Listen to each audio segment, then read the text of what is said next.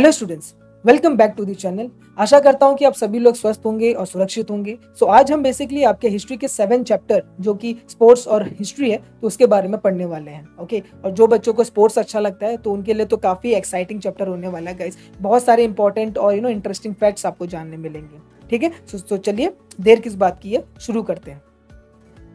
Yes, before proceeding head, so I just want to tell you guys कि अगर आप भी 9th या 10th के स्टूडेंट्स हैं या किसी को जानते हैं जो 9th या 10th में है तो आप ये चैनल उन्हें रिकमेंड कर सकते हैं। इसमें आने वाले दिनों में आपको सभी सब्जेक्ट्स के वीडियोस आपको अपलोड हो जाएंगे और जो आपके लिए एक वन स्टॉप सोल्यूशन का काम करेगा for your learning and for your revision purpose. Okay, so let's start the chapter. So अगर कंटेंट की बात करें गाइस तो हम इसमें 6 टॉपिक्स को पढ़ने वाले हैं पूरे चैप्टर्स में। ठीक है, सो सबसे पहला है importance of sports, types of sports की बात करेंगे। ठीक है, कितने टाइप्स के स्पोर्ट्स होते हैं, indoor outdoor games. Okay, third है globalisation of sports. Fourth, games materials toys के बारे में बात करेंगे। देन टॉयज और उसकी हिस्ट्री के बारे में बात करेंगे। सिक्स्थ है स्पोर्ट्स और professional opportunity. Yes, so this is very important. तो गाइस हम इसमें ये जानने की कोशिश करेंगे कि स्पोर्ट्स और उसमें क्या क्या करियर ओरिएंटेड सी ऑप्शंस आपके पास अवेलेबल है। So let's continue ahead. See in this slide students, तो हम ग्रीक और स्पोर्ट्स का जो इक्वेशन है तो उसको समझने की कोशिश करेंगे। ग्रीक बेसिकली एक कंट्री है जो आपके यूरोप में आता है। ठीक है, तो अगर आप सभी को पता है कि ये आपका ओलंपिक का साइन है ना। ओलंपिक जो कंपटीशन होता है एट दी वर्ल्ड लेवल, तो डिफरेंट स्पोर्ट्स उसमें खेले जाते हैं। तो ओलंपिक की गेम की शुरुआत ही ग्रीक से शुरू हुई थी। ठीक है, तो इससे आप ये पता कर सकते हैं कि Greek was the first country to standardize the rules of sports and organize them systematically. ठीक है, तो एक इंटरनेशनल लेवल पे एक ग्लोबल कंपटीशन अरेंज करने का जो क्रेडिट ग्रीक को जाता है। ठीक है, तो ग्रीक में एक सिटी का नाम है ओलंपिया। ठीक है, तो ओलंपिया से सबसे पहले ओलंपिक कंपटीशन की शुरुआत हुई थी। ठीक है, तो ये काफी एक इंटरेस्टिंग फैक्चुअल नॉलेज है जो आप सभी को पता होना चाहिए गाइस। और इसी के नोट से हम आगे बढ़ते हैं और पढ़ते हैं the importance of sports. Very important guys. ठीक है, तो ये भी एक अगर मैं क्वेश्चन आंसर के पर्सपेक्टिव से बोलूँ तो काफी इंपॉर्टेंट टॉपिक है। यहाँ पर हम लोग फिजिकल गेम की बात कर रहे हैं, तो हम लोग कोई डिजिटल गेम की बात नहीं कर रहे हैं। ठीक है, तो फिजिकल गेम में अगर आप खेलते हैं या कोई स्पोर्ट्स खेलते हैं तो आप सभी को पता है कि it will help you to overcome your sufferings. ठीक है, आपकी जो वरीज हैं, जो एंजाइटी है, जो परेशानी है, तो उससे एकदम दूर हो जाएगा। It will refresh your mind. ठीक है, and the games include physical activities and good exercise. So see all this physical activity will help in developing the courage, determination and sportsmanship in a person. ठीक है, करेज का मतलब कैसे कि मान लो अगर आप क्रिकेट खेल रहे हो, ठीक है, सीजन बॉल से क्रिकेट खेल रहे हैं पहली बार, तो आपको थोड़ा डर लगेगा, है ना, वो बॉल को फेस करने के लिए। जैसे जैसे आप डेली खेलते रहोगे क्रिकेट वो सीजन बॉल के साथ, तो आपके अंदर एक करेज, एक हिम्मत आ जाएगी। वो बॉल को कितनी भी स्पीड से आ रही हो बॉल, ठीक है, तो आप उसको अच्छे से बैटिंग करोगे। ठीक है, और एक अच्छा प्लेयर बन जाओगे। ये करेज जो एक वैल्यू है, जो एक क्वालिटी है, वो आपके अंदर डेवलप हो जाएगी फाइन धीरे धीरे। तो सिमिलरली ये आपको हेल्प करेगा आपके लाइफ में जितने भी प्रॉब्लम्स आपके सामने आएंगे तो उसको एकदम ब्रेवली आप उसको फेस कर सकते हैं। ठीक है, आप करेजियसली आप उसको फेस कर सकते हैं। फिर अगला पॉइंट की बात करें तो it help you to build a leadership quality. अगर मान लो आप कैप्टन है किसी गेम के या किसी टीम की, ठीक है, तो वो आपको एक लीडरशिप क्वालिटी का वैल्यू प्रोवाइड करेगा। ठीक है, टीम स्पिरिट। तो ये काफ़ी इंपॉर्टेंट तो कीवर्ड्स हैं जो आपको याद रखने हैं with respect to the importance of sports. ठीक है, तो अगर इस पे क्वेश्चन आएगा तो आप ये सब इंपॉर्टेंट कीवर्ड्स आप लिख सकते हैं। ठीक है, it will help you to fetch a good marks. आगे बढ़ते हैं and let's talk about the types of sports.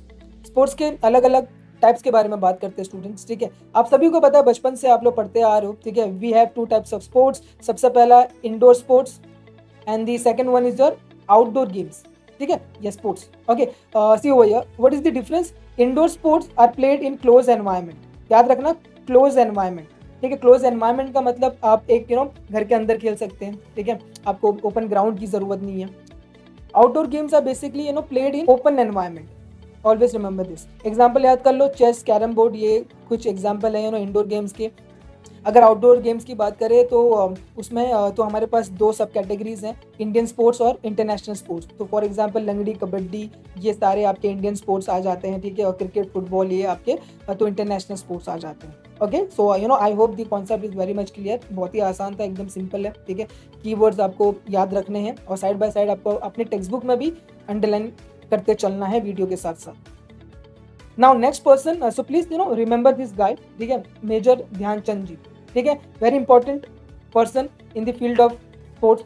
Hockey के एक महान प्लेयर थे ये, फाइन। और इन्होंने अपने टाइम पे इंडिया को 4 गोल्ड मेडल दिलाए थे हॉकी में, ठीक है। He was a hockey player, okay. So 4 gold medal का मतलब है कि 4 वर्ल्ड कप, आप ऐसे देख सकते हैं। और इन्हीं के जन्मदिन के अवसर पर हम नेशनल स्पोर्ट्स डे मनाते हैं, ओके। तो वेरी फेमस पर्सन। तो आगे बढ़ते हैं इसी के नोट पे। So students, in this slide so we will be talking about adventurous game and sports competition, ठीक है। सी देखो, एडवेंचरस गेम वो होता है कि जिसमें थोड़ा बहुत आपका एक्साइटमेंट लेवल हाई रहता है और थोड़ा बहुत रिस्क फैक्टर ज़्यादा रहता है, ठीक है। तो आप देख सकते हैं ice skating, rock climbing, auto racing, gliding, नीचे फोटो में आप देख सकते हैं ऑटो रेसिंग हो रहा है। तो काफ़ी एडवेंचरस गेम होते हैं ये सारी चीज़, ओके। देन सेकंड, अगर हम स्पोर्ट्स कंपटीशन की बात करें तो आप देख सकते हैं यहाँ पर पिक्चर्स में, तो जैसे कि Olympic, Asian games, cricket world cup, football world cup, तो ये सारे जो भी वर्ल्ड प्लेटफॉर्म पे जो कंपटीशन होते हैं तो वो आपके स्पोर्ट्स कंपटीशन के अंडर आते हैं, फाइन। अभी इसी में एक कैटेगरी के बारे में मैं आपको बताना चाहूंगा और वो स्पोर्ट्स का नाम है मलक्कम। वेरी इंपॉर्टेंट गाइस, ठीक है। ये क्यों इंपॉर्टेंट है? सबसे इंपॉर्टेंट बात इसमें ये है कि ये एक इंडियन स्पोर्ट्स है।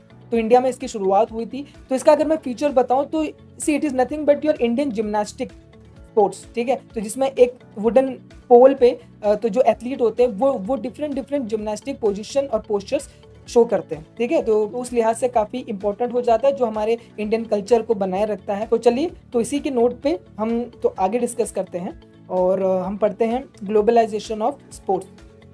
ग्लोबलाइजेशन का मतलब होता है गाइस कि पूरे तो दुनिया तक, ठीक है, ग्लोब, द एंटायर वर्ल्ड। तो आप जो स्पोर्ट्स हैं वो अपने लोकल लेवल से हटकर आप पूरे दुनिया भर में, ठीक है, कहीं पर भी अपना स्पोर्ट्स खेल सकते हैं, देख सकते हैं, एंजॉय कर सकते हैं, ठीक है। तो उसे हम कहते हैं globalization of sports. For example अगर आप देखोगे तो मतलब काफ़ी इंटरनेशनल मैचेस हैं जो अभी टेलीविजन पे देख सकते हो आप। दुनिया के इंडिया में हो, अगर अमेरिका में मैच चल रहा है तो आप इंडिया से देख सकते हो, अगर ऑस्ट्रेलिया में मैच चल रहा है आप यूरोप से देख सकते हो, ठीक है। तो ये होता है ग्लोबलाइजेशन ऑफ स्पोर्ट्स। आप दुनिया के तो किसी भी कोने में क्यों ना हो, आप वो स्पोर्ट्स आराम से देख सकते हो, ठीक है, आप इंजॉय कर सकते हो आप। और इसमें एक और बात है कि जो कंट्री के लोग स्पोर्ट्स में पार्टिसिपेट भी नहीं कर रहे हैं तो वो कंट्री के लोग भी मैच को एंजॉय कर सकते हैं, ठीक है। नॉन पार्टिसिपेटिंग कंट्री, अगर मान लो ऐसी इंडिया और तो ऑस्ट्रेलिया का क्रिकेट मैच चल रहा है तो साउथ अफ्रीका वाले देख सकते हैं, इंग्लैंड वाले देख सकते हैं, तो जिसको इंटरेस्ट है वो देख सकता है, फाइन। फिर इसका इंपॉर्टेंट ये है गाइस कि इंडस्ट्रियल और कमर्शियल कंपनीज भी, तो उनके पास भी अच्छी अपॉर्चुनिटी होती है टू एडवर्टाइज देयर प्रोडक्ट, क्योंकि जितने ज़्यादा लोग आपके स्पोर्ट्स को देखेंगे तो उतना ज़्यादा एडवर्टीजमेंट होने का चांसेस अच्छा होता है। तो आप राइट हैंड साइड पे देख सकते हो गाइस कि ये आपका क्रिकेट का तो ग्राउंड है। तो आप देख सकते हो hero Honda, Vodafone, city bank, तो ये सारी कंपनीज अपने अपने एडवर्टीजमेंट कर सकते हैं जिससे कि उनका प्रमोशन, तो उनके प्रोडक्ट का प्रमोशन हो सके, ओके। और फिर लास्ट पॉइंट है कि retired sports person have an opportunity to participate as a commentator. तो ये भी काफ़ी अच्छा ऑप्शन है उन तो सभी के पास जो रिटायर हो चुके हैं और किसी ना किसी मकसद से स्पोर्ट्स के साथ जुड़े रहना चाहते हैं, ठीक है। तो ये तो बात हुई ग्लोबलाइजेशन ऑफ स्पोर्ट्स की। अभी आगे बढ़ते हैं नेक्स्ट टॉपिक पे और जो है टॉयज एंड हिस्ट्री, ठीक है। काफ़ी इंपॉर्टेंट है, पूछा जाता है एग्जाम में, बेसिक से समझें। तो टॉयज क्या होते हैं? इसकी toys are nothing but they are an equipment for the entertainment and education of a children are called toys, है ना। तो वो एक इक्विपमेंट्स हैं तो जिससे आप एंटरटेनमेंट कर सकते हो या बच्चों को सिखा सकते हो कुछ चीज़, तो वो आपके लिए टॉयज हो जाएंगे, ओके। बट तो इसी के साथ साथ आपको ये भी पता होना चाहिए कि toys can throw a light on history and technological development, ठीक है। तो थ्रू द आर्कियोलॉजिकल एक्सकवेशन तो हमें ये पता चल सकता है कि एंशियंट हिस्ट्री में किस प्रकार के टॉयज होते थे, फाइन। और फिर मेडिवल हिस्ट्री में, फिर मॉडर्न हिस्ट्री में तो कैसे टॉयज का जो आकार है, जो उसका डिज़ाइन है वो बदलता रहा और वो तो डेवलप होता गया। तो काफ़ी कुछ तो फैक्चुअल चीज़ें हमें तो पता चलती हैं तो टॉय से हिस्ट्री के बारे में, ठीक है। फॉर एग्जाम्पल आप ये देख लो, ये वाला एक एग्जाम्पल है कि जहाँ पर वो कहते हैं कि ड्यूरिंग दिवाली फेस्टिवल तो महाराष्ट्र में एक क्ले की इमेज बनाई जाती है छत्रपति शिवाजी महाराज और उनके सोल्जर्स की, और उन्हें रखा जाता है एक मॉडल फोर्ट भी बनाया जाता है, ठीक है। आप राइट हैंड साइड में देख सकते हैं ये एक फोर्ट बनाया जाता है आर्टिफिशियल फोर्ट, और उसमें शिवाजी महाराज और लोगों की तो यहाँ पर क्ले की इमेजेस रखी जाती हैं, तो टॉयज रखे जाते हैं, जिससे कि एक फ़ायदा ये होता है कि हम अपने कल्चर को अलाइव रख सकते हैं, अपनी मेमोरीज को अलाइव रख सकते हैं, अपने ट्रेडिशन को दुनिया तक स्प्रेड कर सकते हैं, ओके। और हम बता सकते हैं कि what was the important role of sports in the history of Maharashtra. इससे आपको पता चल गया होगा गाइस कि कैसे टॉयज हमारे हिस्ट्री को समझने में हमारी मदद करता है और कैसे वो हमारे जो कल्चर है तो उसको प्रिजर्व और आगे स्प्रेड करने में हमारी हेल्प करता है। ठीक है, तो आप लास्ट पॉइंट नोट डाउन कर सकते हैं कि एक वुडन डॉल है जो महाराष्ट्र में बनाई जाती है, उसका नाम है ताकी। ये आपके टेक्सचुअल क्वेश्चन आंसर में है, ये तो टेक्स्ट बुक के पीछे है। ठीक है, तो उसमें ये वर्ड आया है ताकी, नाम याद रखना, वुडन डॉल है ये जिसका नाम रखा है ताकी। ठीक है, अब आगे बढ़ते हैं इसी के नोट पे। So in this slide so we will be talking about sports, literature and movies. कि जैसे कि आप सभी को पता है कि स्पोर्ट्स के बारे में आजकल काफ़ी लिटरेचर लिखी जाती है, किताबें लिखी जाती है, मैगजीन लिखी जाती हैं और काफ़ी आजकल मूवीज़ भी बनने लगी है स्पोर्ट्स के ऊपर। ठीक है, तो जिससे कि हमारा समाज में, हमारी सोसाइटी में बदलाव आता है और हमें कुछ मैसेज सीखने मिलता है। फाइन, तो हम देखते हैं आगे कि क्या क्या तो किताबें और मूवीज़ बनाई गई हैं और कैसे हमारे लाइफ में एक इम्पॉर्टेंट रोल प्ले करता है। ठीक है, अगर आप देखोगे पहला पॉइंट, इट टॉक्स अबाउट कि many books and information are publish in sports, many new movies are made on sports.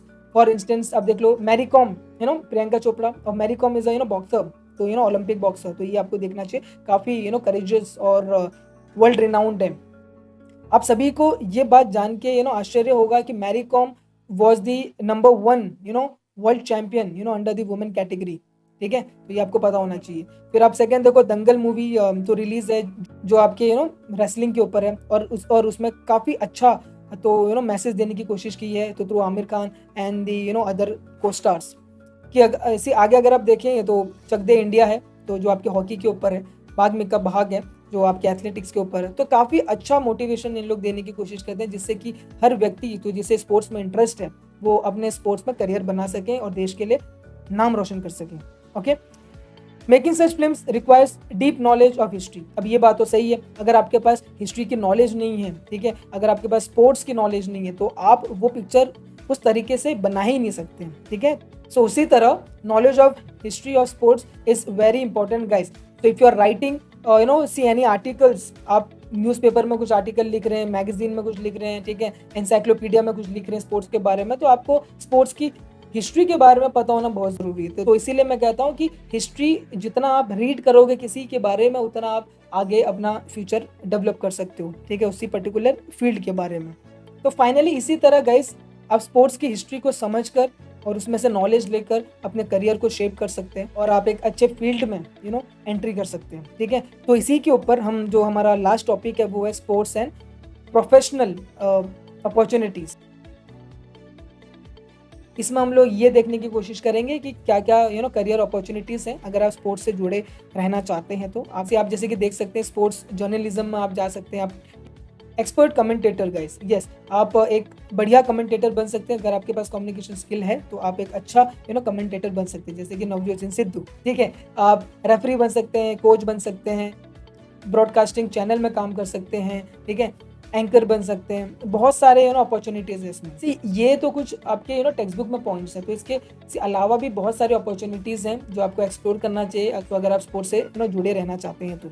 C last में एक पॉइंट मैं आप सभी को बता दूं, Balji Pandit was the first Indian cricketer to pioneer the cricket commentary on Akashvani. ये आकाशवाणी में क्रिकेट कमेंट्री करते थे और इसी में इन्होंने बहुत बड़ी महारत हासिल की थी। ठीक है, तो ये सभी कुछ चीज़ें हैं जो आपके अपॉर्चुनिटीज़ प्रोवाइड करता है स्पोर्ट्स। ठीक है, और ये सभी चीज़ों के लिए आपको स्पोर्ट्स की हिस्ट्री और स्पोर्ट्स का बैकग्राउंड और नॉलेज होना बहुत ही ज़रूरी है। ठीक है, आशा करता हूँ स्टूडेंट्स की चैप्टर आपको बहुत ही अच्छे से समझ में आया होगा। तो इसी के नोट पे हम चैप्टर को कंक्लूड करते हैं। ठीक है, so thank you very much. तो I hope that you understood the chapter very well. और अगर आपको कंटेंट पसंद आता है तो इसे सब्सक्राइब कीजिए चैनल को गाइस और शेयर कीजिए अपनी फ्रेंड्स के साथ। Bye bye.